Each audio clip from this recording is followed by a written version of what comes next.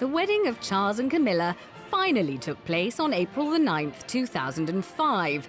It had been delayed for 34 years because they'd been married to other people, and then for a day because the Pope died.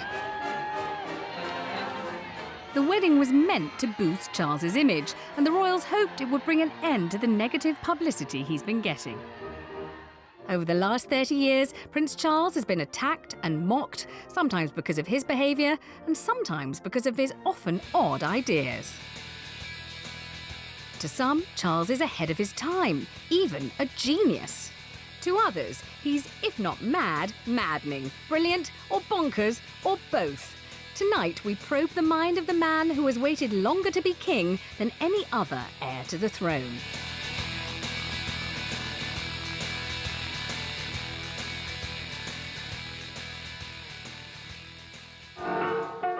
This amusing 30-year-old film shows the prince as you've never seen him. The clown prince, not the crown prince. Once, people thought Charles was funny.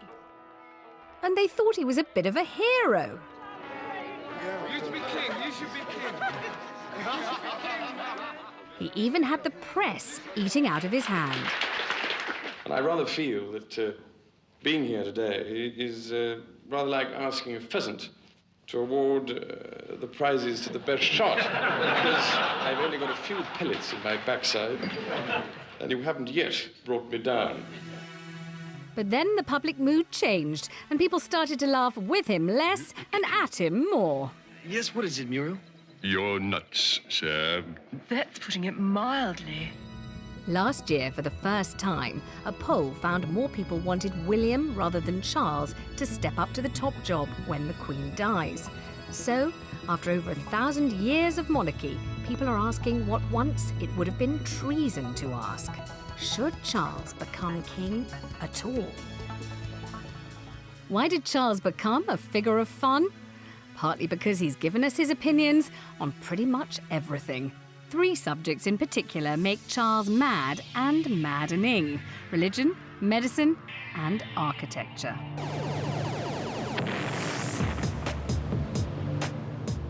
In 1984, the prince denounced plans for a modern extension to the National Gallery as a monstrous carbuncle on the face of a well-loved and elegant friend.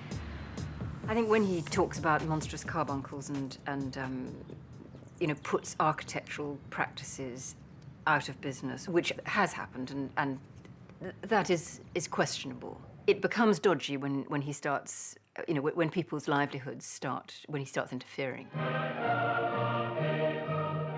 And then there's God. Charles's ideas on religion defy a long, significant tradition.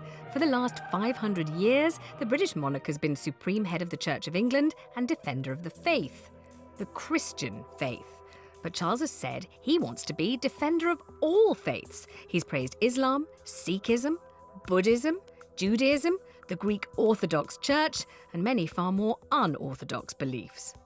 If he can't, in all honesty, be supreme governor of the Church of England, then perhaps abdication. Prince Charles's views on medicine are very controversial. Since 1982, he's been arguing British doctors need to treat not just the human body, but also the human soul. Such an approach may be given any number of descriptions.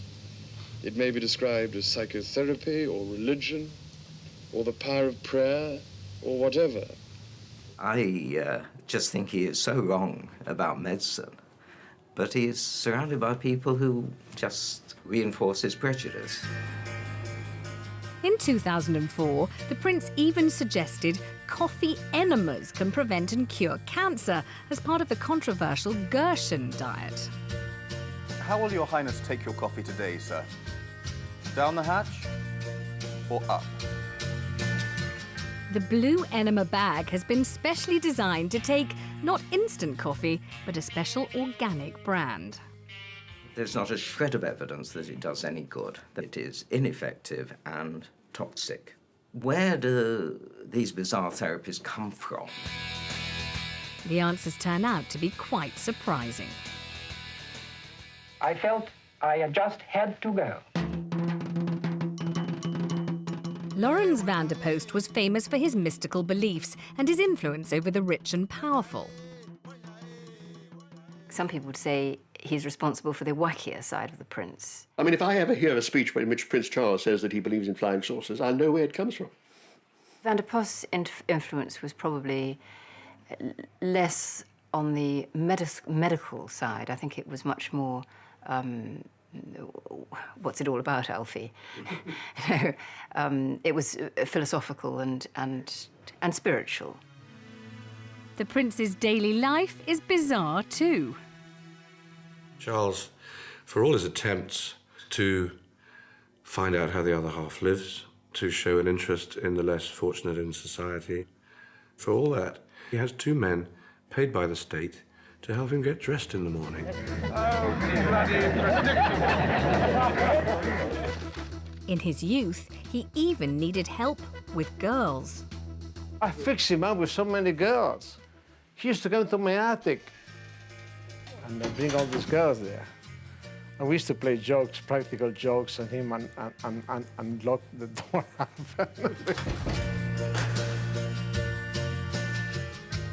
After sowing his wild oats, Charles had to do his royal duty and marry a virgin who could produce an heir. They seemed happy when they got engaged. But the marriage was soon in trouble, and the public have always blamed Charles for its failure. When the problem started, Charles turned to his mentor Laurens van der Post for help, a decision that would affect the rest of his life.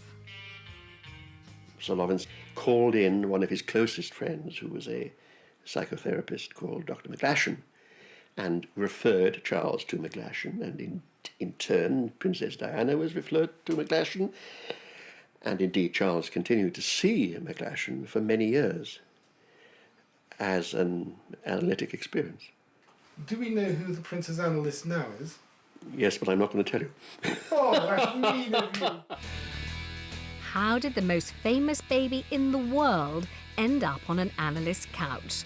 After the break, we reveal some of the key moments that led Prince Charles into therapy. It has just been announced from Buckingham Palace that Her Royal Highness, the Princess Elizabeth, Duchess of Edinburgh, was safely delivered of a prince at 9:14 p.m. Charles was born to sit on the throne, not lie on the analyst's couch, but his early upbringing was not likely to make him feel very secure.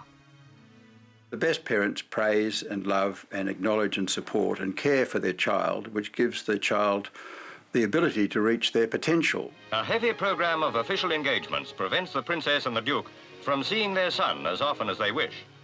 Psychologists claim the first 5 years of a child's life can make or break. But Charles's parents were very young and very busy. There's no doubt the Queen adores Charles, and he adores her.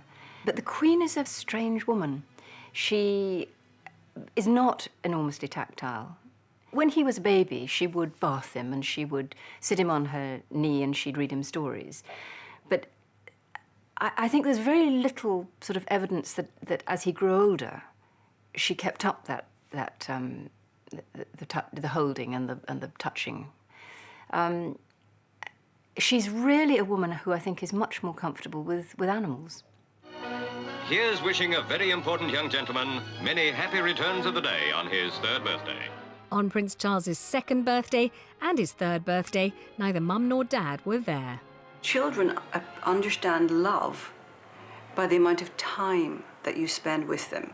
That's their way of knowing how important they are to you. So to neglect your children on what is considered the most important day in the year, their birthday, is disastrous. It has been nearly 5 months since the Queen was with her children, though she has kept close contact with them throughout her tour by radio telephone. Even when Charles was travelling with his parents, they often left him to the staff. Like in Gibraltar, when Charles and Anne went to see the famous Barbary apes, it was with the nannies.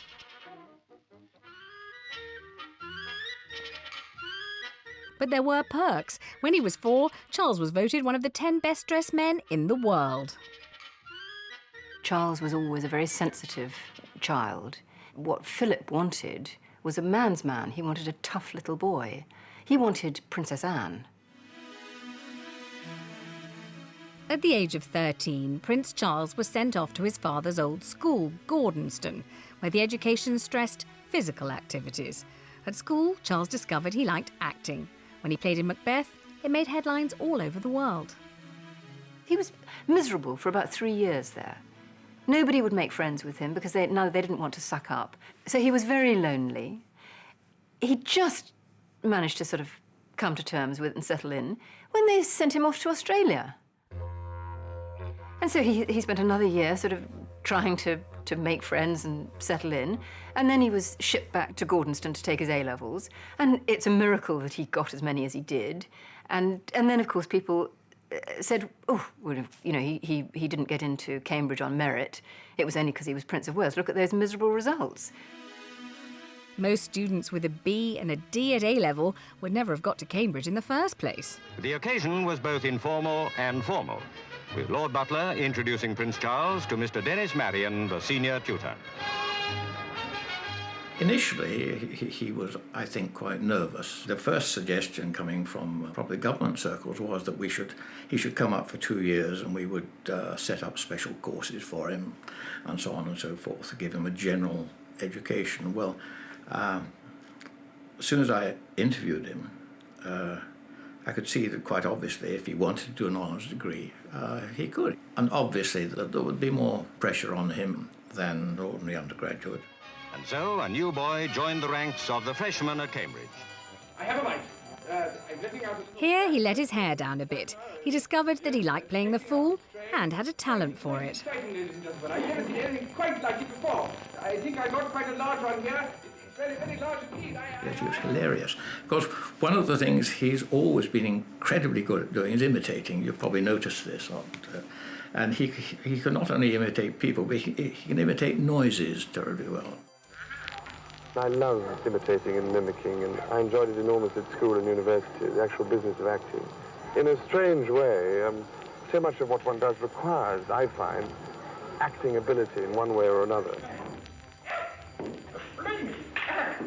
Oh, he's having a whale of a time because he was totally relaxed and doing subjects that he thoroughly enjoyed doing. He's obviously always been interested in history, and I remember one of his supervisors said to me that he obviously enjoys this subject. After all, it's mostly about his own family. But there was no playing for laughs when, 10 months before his finals, Charles was invested as Prince of Wales. The sword about his waist, the coronet upon his head, the gold rod in his hand. In giving to the prince these insignias of office, the Queen could not conceal the gentle touch of a mother. Perhaps some people would think that it is rather anachronistic and out of place in this world, which is perhaps somewhat cynical. But I think it can mean quite a lot if one goes about it in the right way. It's not the sort of thing that an ordinary undergraduate had to put up with an honours examination just around the corner. And that's really why his grade slipped to a lower second in his second examination. He said to me, said it was probably the last time he would ever be able to do exactly what he wanted to do without any interference from outside. After Cambridge, Charles went into the Navy. It was his first job, a chance to prove himself, and the Navy was in his blood because his great-uncle Louis Mountbatten had been Admiral of the Fleet. Mountbatten, who he revered very much and I'm sure loved very much as his uncle, he looked up to him. And I think he wanted to do well in the Navy for his uncle's sake. Technically, Charles is a rear admiral, but the only ship he's ever commanded is a small minesweeper. Great chap. He's self-deprecating humour, he's intelligent, hard-working, focused. I know it's contrite to say, but he has that elusive thing called officer-like qualities. I think it gives one a very useful experience of responsibility and discipline. I think responsibility is the most important thing. It's the actual trust that's put in you to deal with other people. Because then you can break through the pressure wave on the stern, and you would then avoid the danger of being sucked in or out. We were on exercise off Anglesey, And unfortunately, when we came to weigh anchor in the morning to move as a squadron, Prince Charles pulled his anchor up to find the cross channel telephone cable was hooked on the flukes of his anchor. And they spent a long time trying to get rid of that cable. And they didn't. So finally, they had to ditch 1.5 shackles, I think it was, of phosphor bronze chain, which is probably the most valuable thing that naval minehunters carry. The Navy criticised Charles. 3 months later, he stood down from active service, sent off by his shipmates, who draped him with a toilet seat. Silly Productions presents a horror film. As he left the Navy, Charles reverted to being a clown and made 3 psychologically revealing comedy films. Revealing because he's quite endearing and vulnerable. Because you got bigger legs than I have? Absolutely. You think you can tell me what to do? Yeah. Look, I will tell you one thing, and one thing only. Before we finish, I'm in charge. Oh, your fault. Not my fault. Yes. I charge. It's your fault. You don't remember. No. You get it all wrong. No, it's your fault. Don't smile at me. Look, You keep good doing enough. that. I'm going to make a pilot out of you if it kills me. I hope it does say it, Mr. Manuel. Just because I got shorter legs than him, it's not fair. He was telling me a story about, I think it was fundraising or something, on a walkabout in Salisbury. I think it's for the cathedral roof. And lots of people there, and he was going up and chatting to people, and he met a big fat Welsh woman. And this Welsh woman said, "Oh, I'm so delighted, you know, look here, you're our Prince of Wales." And out of the blue, she said, "I'm just recovering from a mastectomy." And straight away he said, "You must be feeling pounds lighter." To which she fell apart laughing and, took it all in good stead. I mean, to come back quickly like that, you saw lots of examples of that sort of thing all the time with him. After the Navy, Charles never had a full-time job again, other than being the Prince of Wales. And no one really knows what that job means. In his public appearances, Charles would show off his self-deflating humour.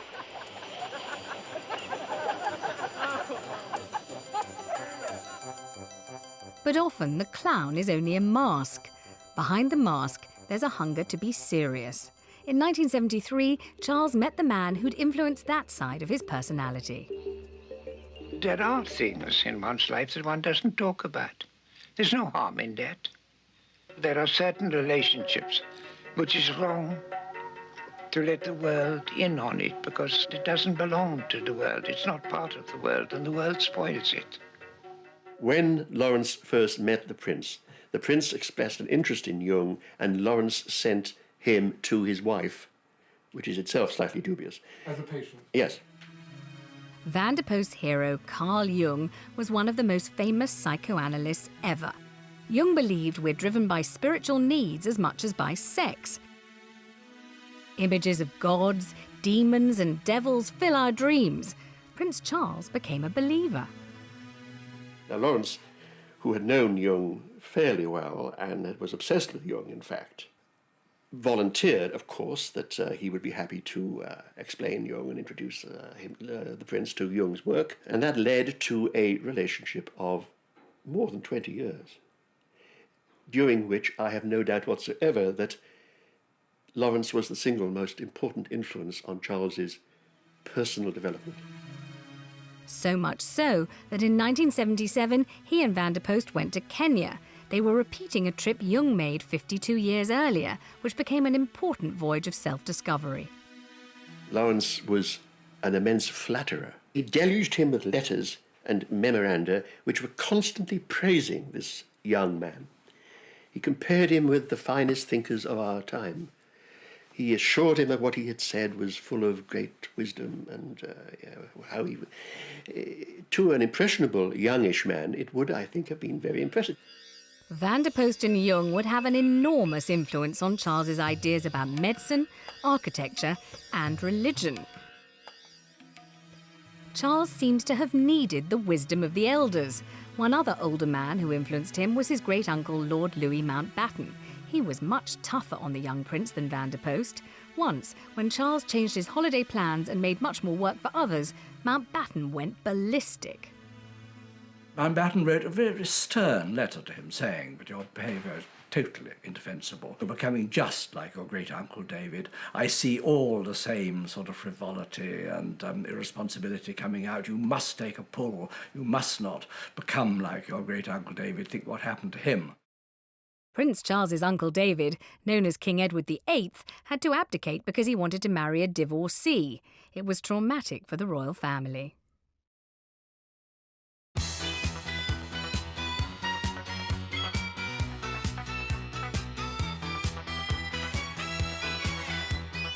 Throughout the 1970s, Charles was the most eligible bachelor in the world. He partied a lot, and there were girls, girls, and more girls. Not in every port, but there were a couple. There were a few that I met and liked. Davina Sheffield, one that always springs to mind. She was a delightful young lady. We thought there was something serious there, but it didn't happen because she had a past which is so frowned upon by certain personages. One of Charles's girlfriends even posed for Penthouse, which did not totally surprise his friend Louise, who had fixed him up with so many girls. Prince Charles, for some reason, he took a liking to me, and I helped him out and I advised him. Told him how to behave with girls, how to treat them, not to be too nice, to be tough, strong, manly, and, and to play, kind of tough and hard to get, and because they all knew who he was. The most extraordinary allegation Louise makes is that at one time in the 70s, Charles shared a mistress with two other well-known polo players. One was Sarah Ferguson's father. Jane. Jane. Yes. Jane Wood. Yeah. So what was she like? Well, she was, she played the game. She was having an affair with the manager of the club. Who was that? Major Ferguson. She was in an affair with John Horswell, who was the #1 player for England, and she was in an affair with Prince Charles. Well, that I knew. The three I knew. As Charles neared 30, he was under more and more pressure to marry from his father and Lord Mountbatten. He had prescribed for Prince Charles that after a period of sowing his wild oats, he should find a beautiful, sympathetic, suitable English girl who had got no previous entanglements. Mountbatten was extremely keen that Prince Charles should marry his granddaughter, Amanda Knatchbull, who was a particularly charming, intelligent and attractive girl, and would have made an absolutely smashing queen. Mountbatten almost brought it off, I think, but he pushed too hard. There was uncertainty on both sides. They wanted to be left to themselves to make it up. In the end, the Prince of Wales had to remonstrate quite firmly with his great-uncle, saying, look, will you please leave us alone and let us make up our own minds in our own time and get on with it in our own way. And then, for the first time, the 31-year-old prince had to face the death of someone he loved dearly. They that go down to the sea in ships and occupy their business in great waters, these men see the works of the Lord and his wonders in the deep.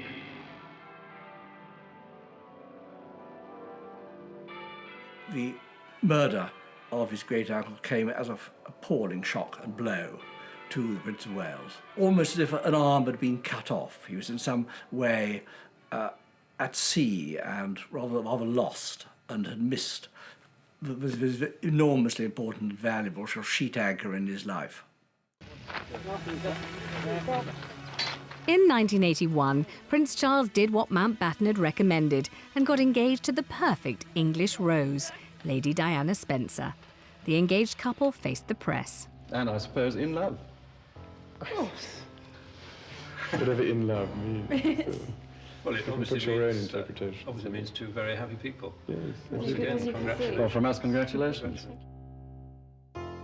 The simple truth is that he wasn't in love with her. I think he knew, and he certainly knows now, exactly what love is. And I think that he was put on the spot. And in an unguarded moment, he found it impossible to lie.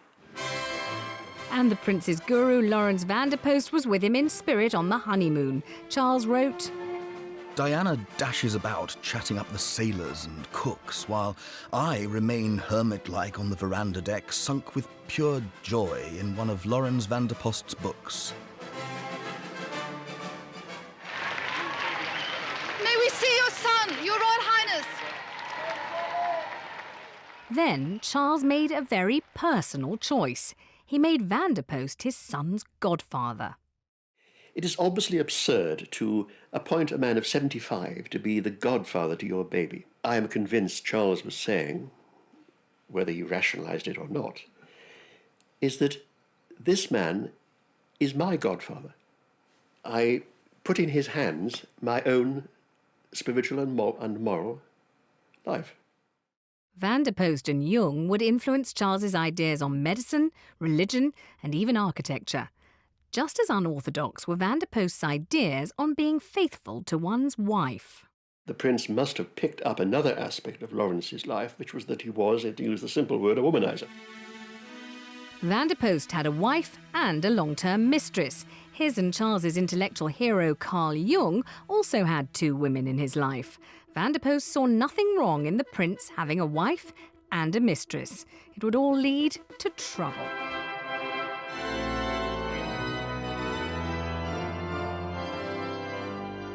The marriage of Charles and Diana was meant to be the happy ending.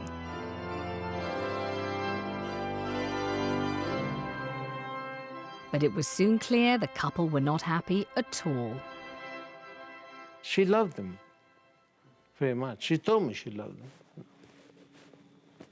And she must have believed initially that he loved her. Yeah, so she was very disappointed, very sad, you know.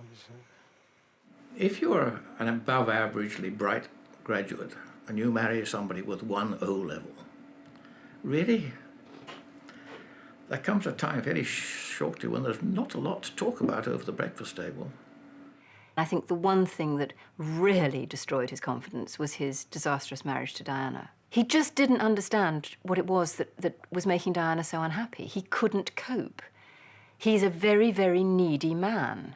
He needed a wife who would support him, who would help him, who would be there for him, who would bolster his ego and talk to him about all the things that troubled him and worried him and he wanted to do with his life.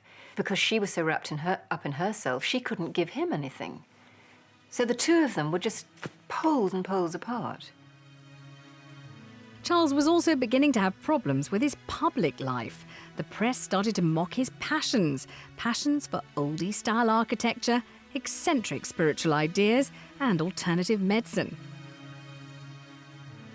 The prince didn't make it easy for people to take him seriously because he also admitted to talking to his fruit and veg. Look, one only wants to eat one. Killer. What is it, Charles? Nothing, darling, just talking to the vegetables. He says things that I agree with. He says things that make sense to me. He tries not to be politically correct, which is great. We need people not to be politically correct. We need people to be honest. Prince Charles has made himself a social issue. Probably undesirable that he's has done so. The most worrying and dangerous of Charles's ideas are about medicine. In 1982, influenced by van der Post and Jung, Charles started to stake out his controversial positions. He argued doctors needed to use the techniques of alternative medicine much more than they did. Such an approach may be described as psychotherapy or religion or the power of prayer or whatever, but it represents that invisible aspect of this universe, which, although unprovable in terms of orthodox science, as man has devised it, nevertheless cries out for us to keep our minds as open as possible and not to dismiss it as mere hocus pocus. For the last 20 years, Charles has been sparring with one of Britain's most eminent doctors. I think he's very funny and extremely likeable. But I will not patronise him. And I just think he is so wrong about medicine. Well, Baum has been one of the scourges of complementary medicine for over 20 years. And he made a tremendous outburst when the Prince talked about Gerson therapy at the end of June last year. The Gerson diet consists of eating liquidized fruit and vegetables and having regular coffee enemas which clean out the system and fight cancer. The Gerson therapy is far from benign. Effectively, the patient spends most of his or her life producing this diet, which to me looks extremely unappetizing. It involves buying special liquidizers, buying special vegetables, spending all day mixing up these potions, and then in addition to that, often associated with coffee enemas. It is toxic. Many people think alternative therapies don't do any harm, but that's not Baum's view. They can passively allow patients to die by denying them proven therapies, which we know will cure. Entirely coincidentally, 2 days ago, I saw a very handsome woman in her early 40s who has allowed her breast cancer to progress to the point at which it's ulcerating through the skin, and very difficult to control while she's been on some kind of cocktail of herbs and vitamins. Very sad. When he opens his mouth and says what would appear to be very stupid things coming from other people, that, you know, because he is the future king, therefore, you know, we must listen to what he says. I'm sure he wouldn't have achieved the influence that he has, you know, had he been ordinary Charlie Windsor from Basingstoke. I said, well, Your Royal Highness, I can't begin to agree with you about medicine, but you're absolutely right about the architects.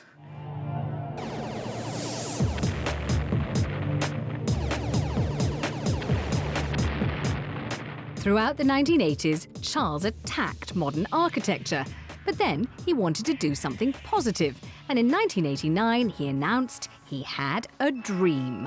Charles set about building the model village of Poundbury on his land in Dorset. Poundbury would answer his critics and realise his vision of the perfect English village.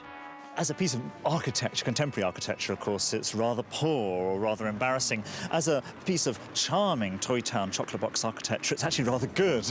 It depends what you want, and what Prince Charles wants here is to create a fantasy land.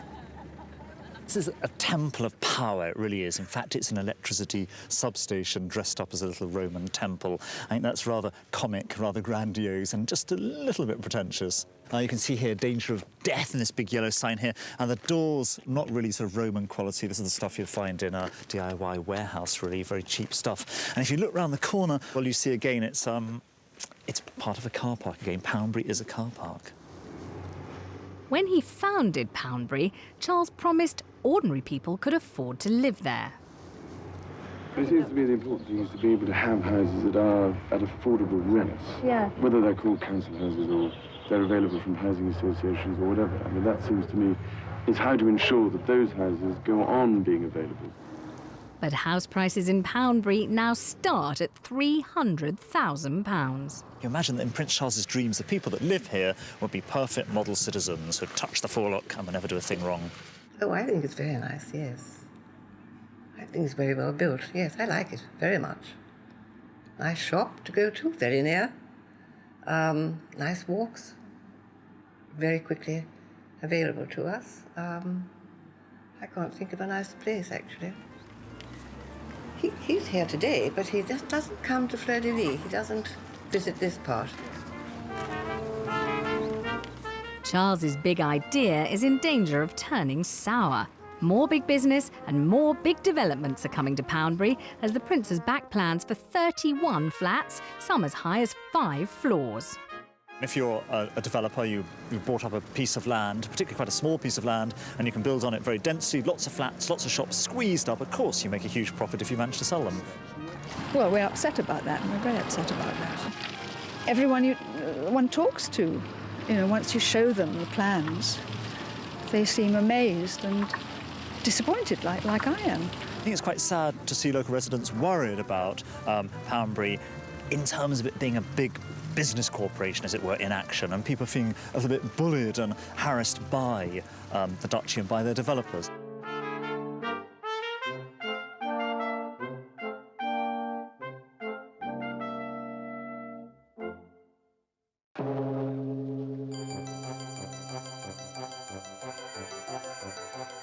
Charles has always been full of contradictions, and one is, while he always has to be totally proper in public, a lot of evidence suggests he's a very passionate man in private.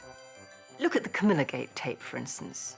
The whole world sniggering and laughing over him saying how he wished he was a Tampax. I'll just live inside your trousers or something. It'd be much easier. What are you going to turn into? A pair of knickers? You're going to come back as a pair of knickers? Oh, God forbid, a Tampax. Just my luck. How on earth do you hold your head up after that? I mean, most people would just not. They would just want to dig a hole and climb into it. But he didn't. He carried on. And every time he is attacked and ridiculed, he just carries on because he believes in what he's doing. What the Prince feels about medicine and building may provoke rows, but it doesn't matter constitutionally. Religion is different.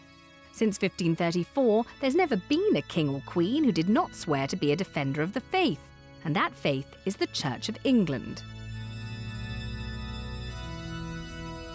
In 1994, Charles said he didn't want to be a defender of the faith, but a defender of faiths.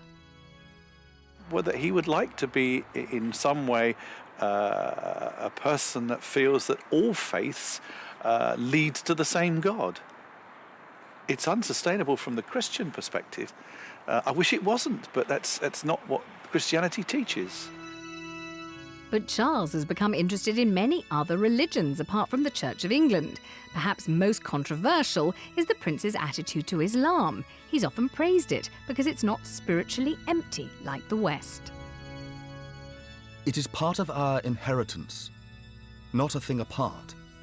More than this, Islam can teach us today a way of understanding and living in the world which Christianity itself is poorer for having lost.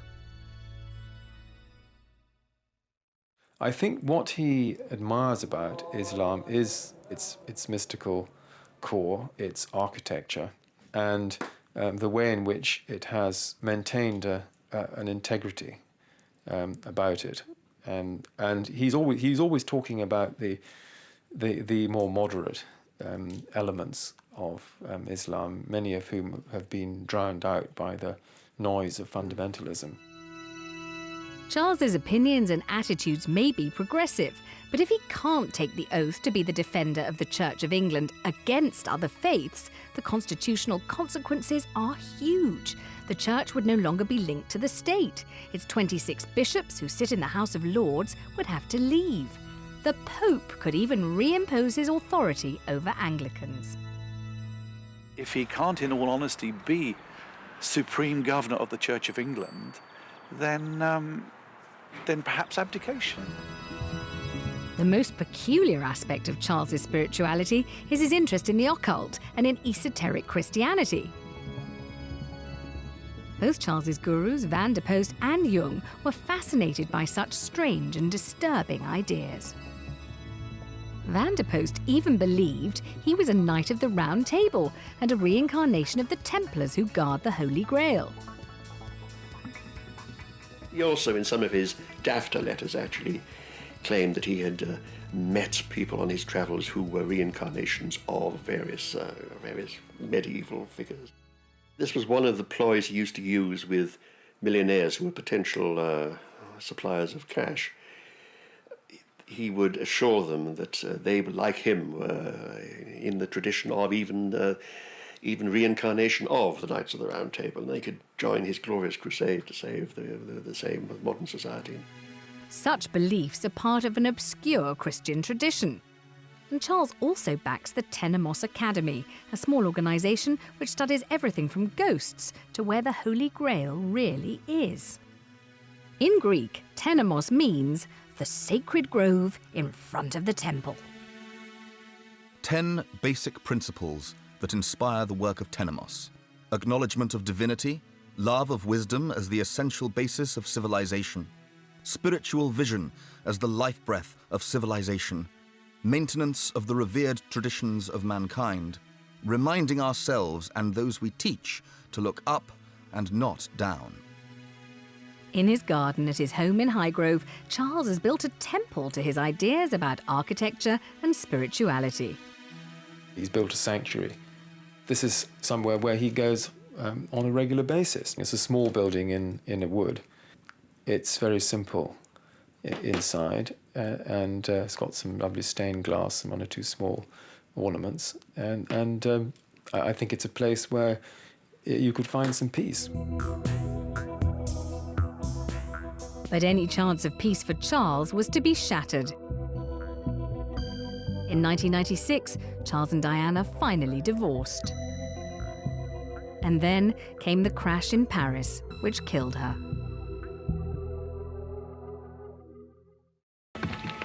When Charles went to bring Diana's body back from Paris, he appeared to maintain his composure. His face carries a deep sadness. He looks downcast. It's almost etched into his face. You do see the years of turmoil and sadness.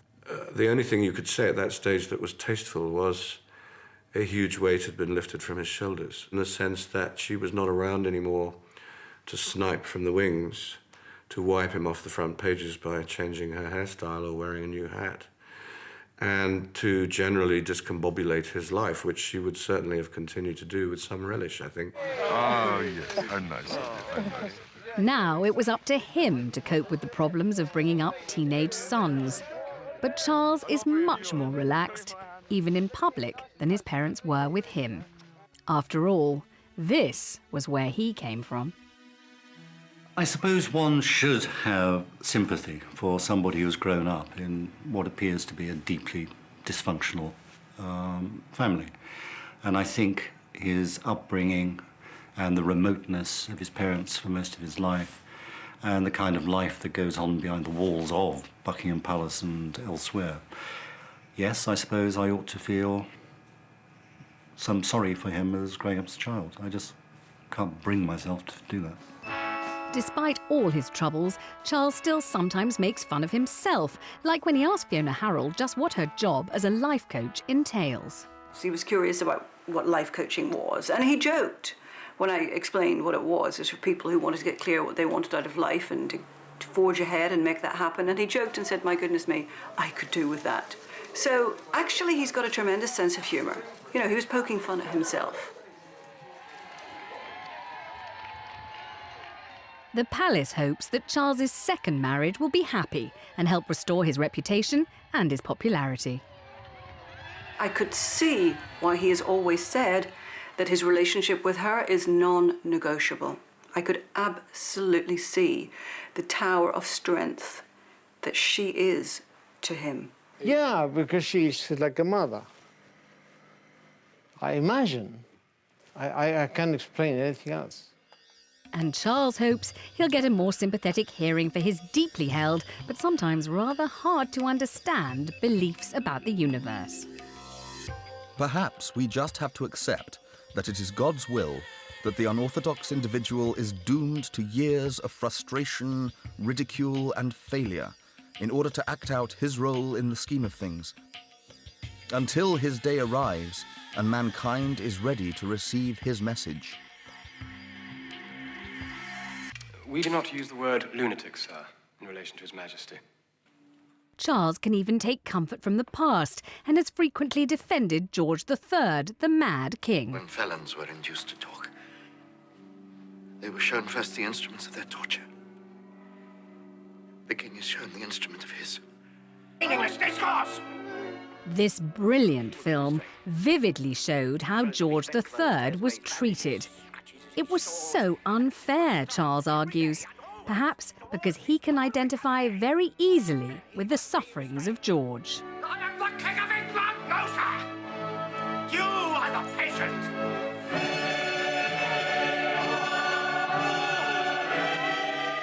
The fact that people question whether Charles will ever become king shows how controversial he has made himself.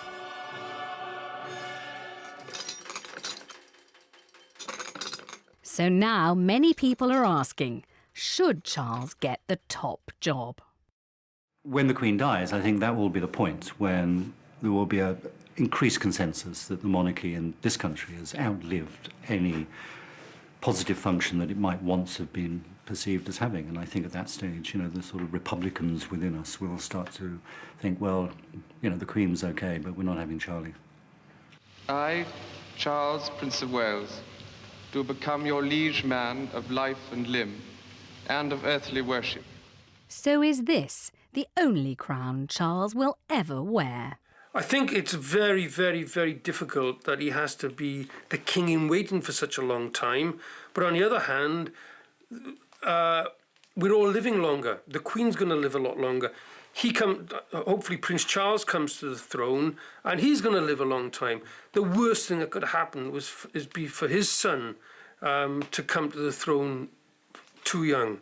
I think Charles does think he will become king. I certainly don't think he's preparing to hand over to William or to abdicate himself. No, I think he will become king, and I think he'll be a very, very good king.